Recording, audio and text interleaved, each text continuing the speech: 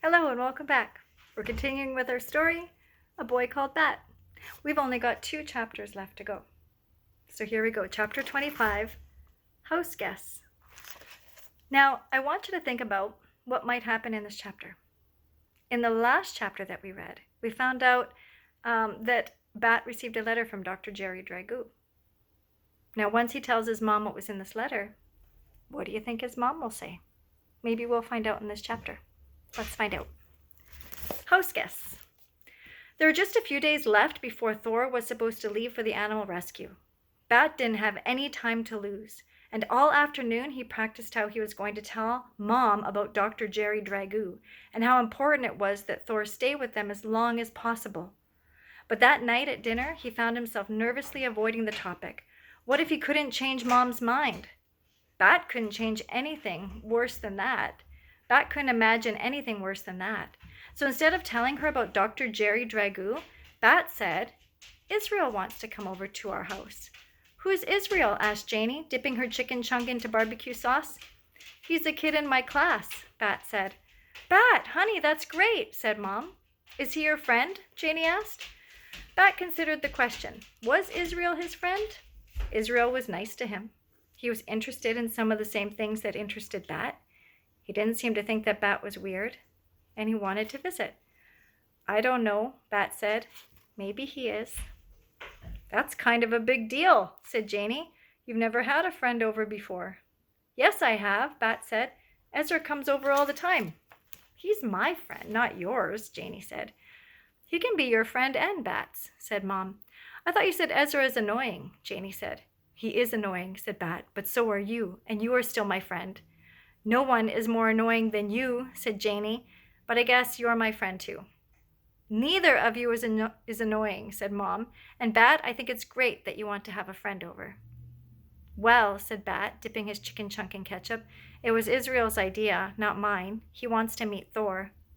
At that moment, Thor was just where he should be, tucked into his pouch, warm against Bat's chest.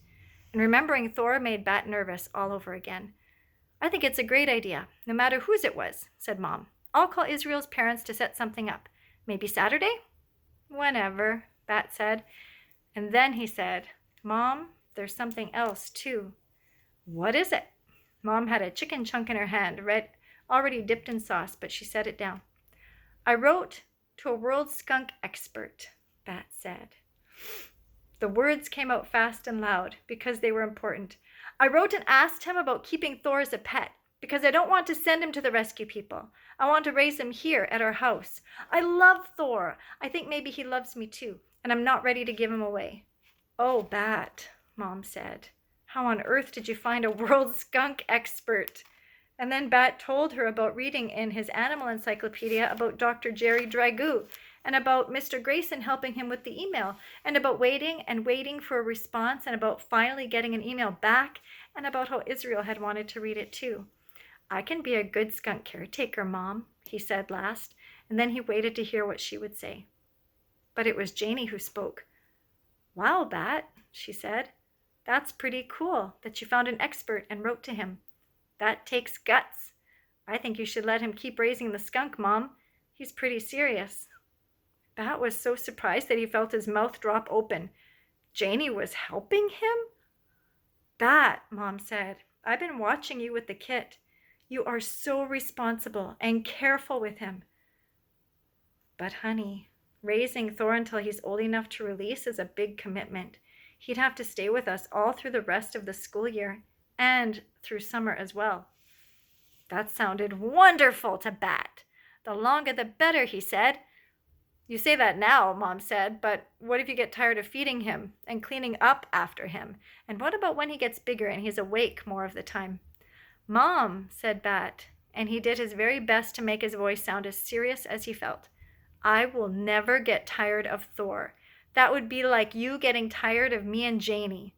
Mom laughed, and she reached over to squeeze Bat's hand. Then she shook her head, which Bat knew was the sign for no, and he felt his eyes stinging with unspilled tears. But she said, Beautiful Bat, you have become an excellent skunk caretaker. You have been dedicated, and you have even found a way to contact a skunk expert. I have to admit, I am impressed. I'll tell you what. I'm thinking that maybe we won't call the Animal Rescue Center next week, and we can try having you take care of Thor, with my help, until he's old enough to release. How does that sound? How did it sound? It sounded not as good as a promise that he could keep Thor forever, but still impossibly good. Bat felt like he was vibrating on the inside. He was so happy. He wanted to jump up and whoop with joy. But Thor was curled up asleep in the sling, and a good skunk caretaker would never startle his kit like that. So instead he said, "Thank you, Mom.